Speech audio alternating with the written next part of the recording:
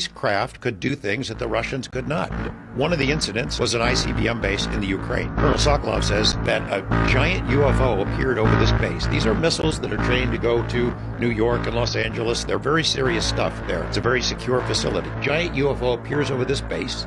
It splits into pieces, and then it melds back apart, and it performs this dazzling display for a couple of hours. The base is on high alert, and all of a sudden the nuclear control facilities lights up like a Christmas tree, and whatever this thing was, it entered the launch control codes. The missiles were enabled, they start firing up, they're ready to go, and then poof, UFO goes away, the whole thing shuts down, it goes back to normal. Colonel Sokolov sent his team, he and his team sent there to investigate it. They took the machines apart, could not figure out what it had done, and he told me on camera, we think that they were sending us a message that these are your most powerful weapons, but we're not impressed. Same kind of thing happened here. This is for any one of you. Based off of each of your experiences and observations, do you believe UAPs pose a potential threat to our national security? Yes, and here's why. The technology that we faced was far superior than anything that we had, and you could put that anywhere. If you had one, you captured one, you reverse engineered it, you got it to work, you're talking something that can go into space, go someplace, drop down in a matter of seconds, do whatever it wants, and leave. And there's nothing we can do about it. Nothing. Look, you'll have to stop now. You're scaring the children. They should be scared. But yes, they should.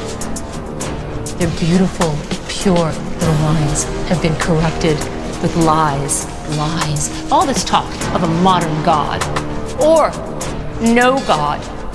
There is one God, the God of the Israelites. Yahawashi, Yahawashi, Yahawashi, Yahawashi, Yahawashi, Yahawashi, Yahawashi. And he is a stern and vengeful God, and we have been mocking him far too long, and now he demands retribution in blood. It is time to declare yourselves. Take sides, the saved and the damned. Read the good book. It calls for expiation. Blood. Blood. Little Normie was first, and now God calls the rest of us. The bill is due. It must be paid. This is 2nd Ezra chapter 13. And it came to pass after 7 days, I dreamed a dream by night. And lo, there arose a wind from the sea, that it moved all the waves thereof.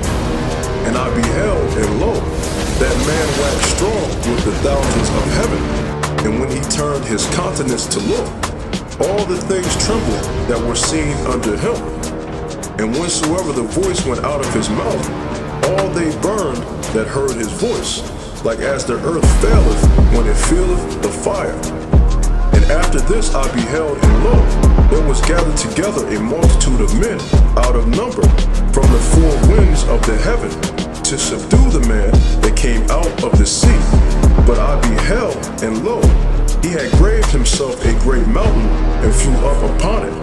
But I would have seen the region or place whereout the hill was graven, and I could not. And after this I beheld, and lo, all they which were gathered together to subdue him were sore afraid, and yet durst fight.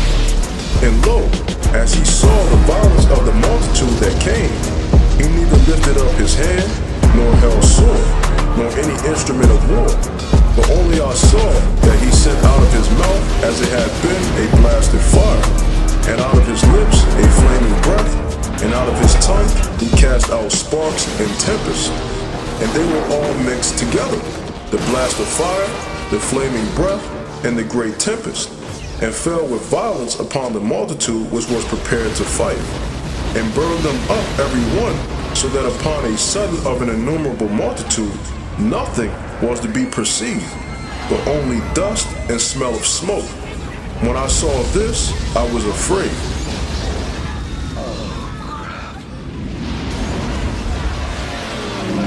And there's nothing we can do about it. Nothing.